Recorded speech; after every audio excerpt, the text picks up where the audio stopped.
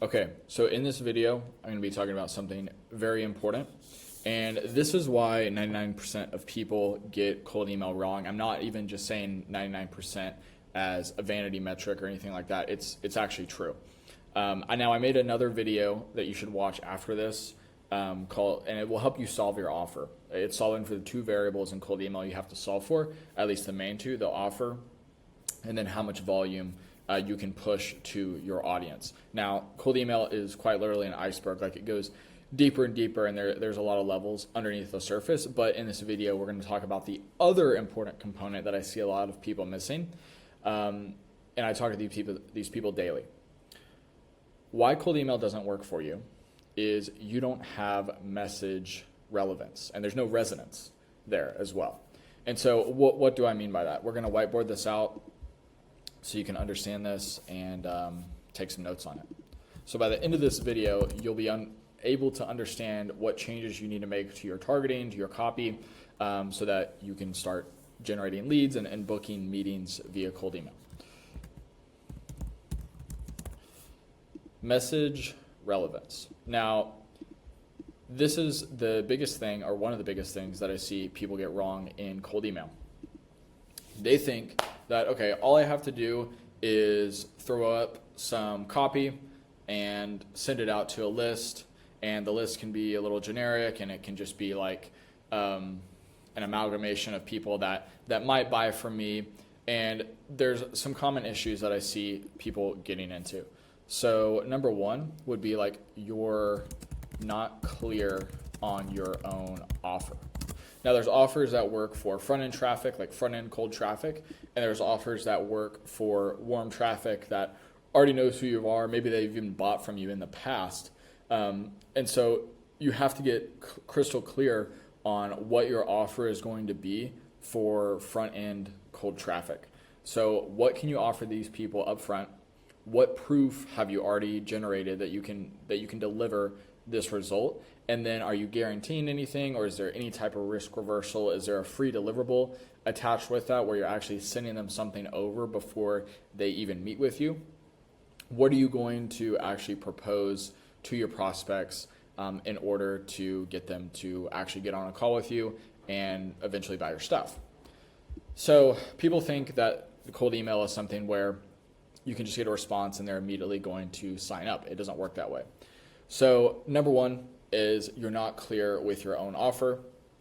And so you need to define and take some time to sit down and find out what you can actually offer these people. Once again, I already made another video over this, so go watch that if you need that. So not clear on your own offer. Number two would be lazy targeting. So if you think of this in terms of trying to shoot a bow and arrow and hit a bullseye on the other side, if you're trying to do this, you're not just going to quickly load up the bow and shoot it as fast as you can, or just kind of take a guess and be like, well, I know the target is over there across from me, but I'm not going to take time to actually like sight my bow in and line it up and then take into account the wind and then release. I'm just gonna pull my bow up really quick and just let it fly because I know the target is in that direction.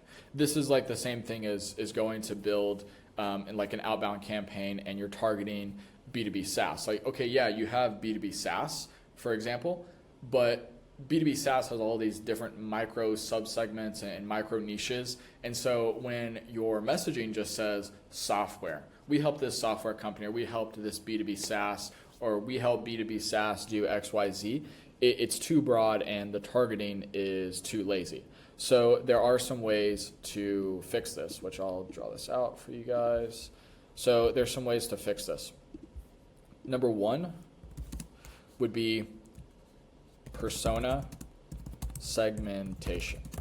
So this is taking, an industry lead list. Let's say you pull that, and then you're taking every single persona inside of there. Let's just say like CTOs, for example. You take all the CTOs from the subsegment of a niche, and you enroll those people into a list, or you use some type of automation that's already built to do that for you.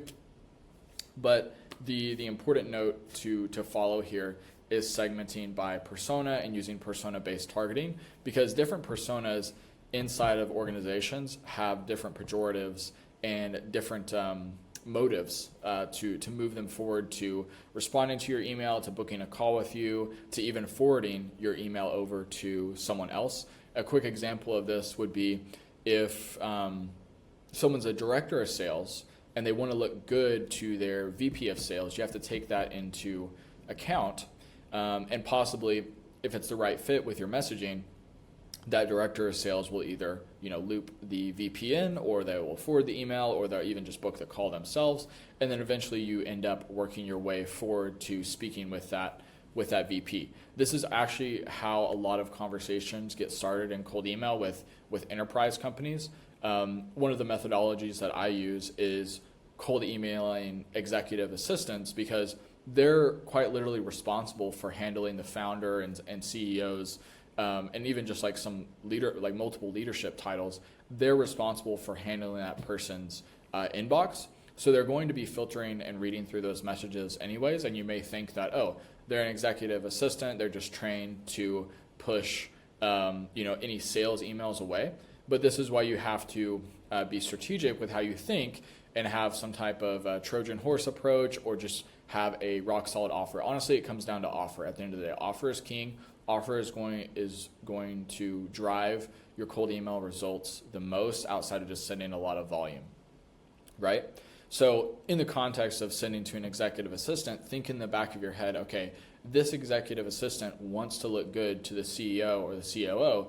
If the offer is so strong where you know that you can generate that other company more revenue, save them time, possibly be a better fit for a solution that they already have, then if your offer truly is good enough, there's a very good chance, and it's likely, that that executive assistant is going to indeed forward that email over to the founder or the CEO, just because they themselves want to look good. So that's something to take into account, is persona segmentation.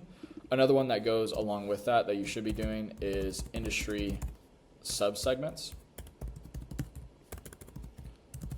So to my point earlier with cold email and just emailing into very broad industries, talking about B2B SaaS or software or medical tech, and just using these blanket umbrella terminologies in your copywriting, the recipient on the other side of that email is automatically going to say, okay, this is automated at scale.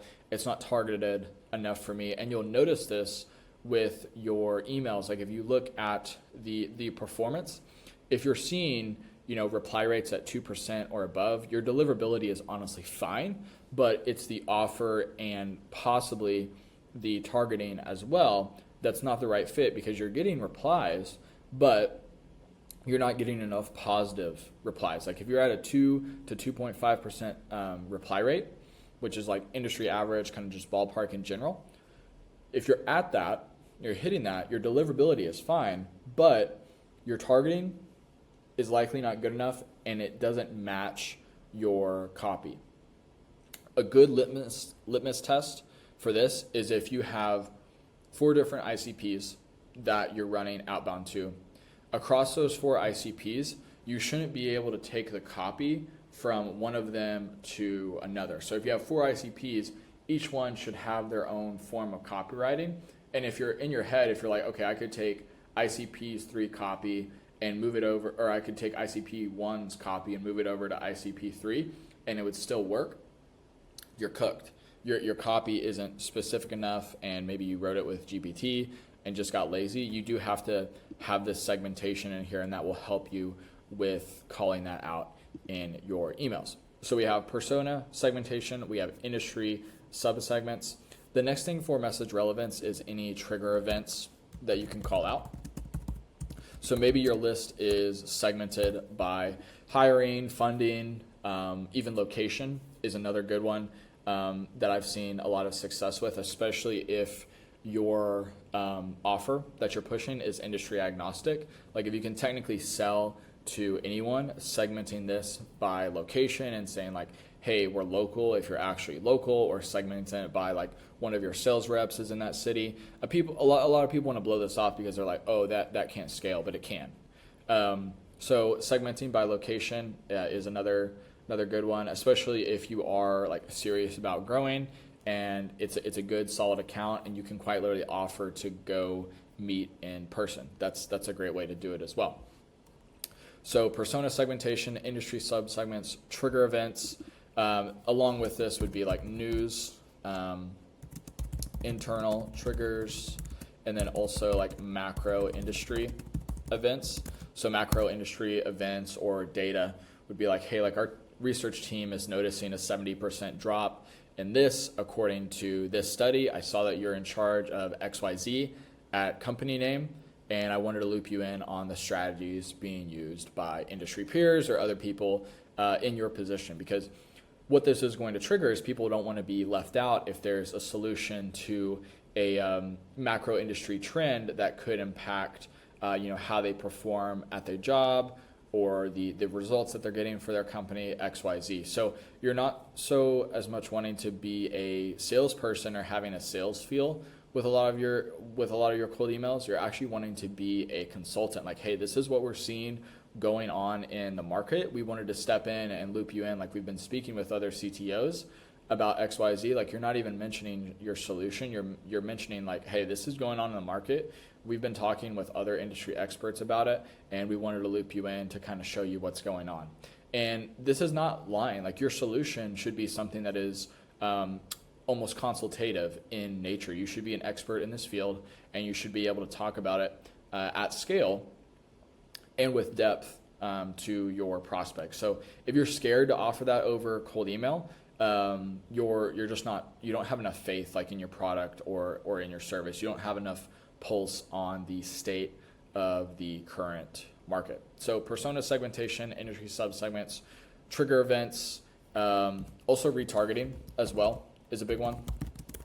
So you don't just want to run your list once and be like, okay, that's it. We need to pivot and change. Run that list 2 or 3 times through to where you're hitting these prospects again, recontacting them, and then also putting people into different sub sequences or different types of follow-ups depending on how they responded. If it was a negative response or if it was an auto responder, take all the autos and put them into like a separate like follow-up. If it was somebody that responded that was just like a neutral or like, hey, we'll check in like 3 months, or like this is not the right time for us, put those people into a different follow-up sequence. Same thing with anybody that responded positively but didn't move forward to a call. This does happen. And sometimes it just takes nurturing them with more data or more information and making sure that this is relevant. If you're just blasting the people over and over with very lazy targeting that doesn't indicate messaging of like, not necessarily saying that you're following up in your email, but making it obvious of like, hey, we probably spoke 2 weeks ago, or I might have shot you an email 2 weeks ago, you shot me one back, and making this concise and succinct, but making it obvious that, hey, we've connected before, we're getting back in touch with you. So those are the main 4 to help with your targeting / almost like writing your copy to make this more relevant. So I want to cut it here just so we can speak on message relevance. If you haven't already, there'll be a video down below that I'll plug. That is a really good like whiteboard video as well, going over fixing your offer and not focusing so much on copywriting, because the offer is what's going to drive the results in your cold email. So go check that out if you haven't already. If you like this stuff, if it's helpful, be sure to subscribe, leave a comment. I read all the comments myself. I reply to them all myself. So let me know what questions you have, and I will see you soon.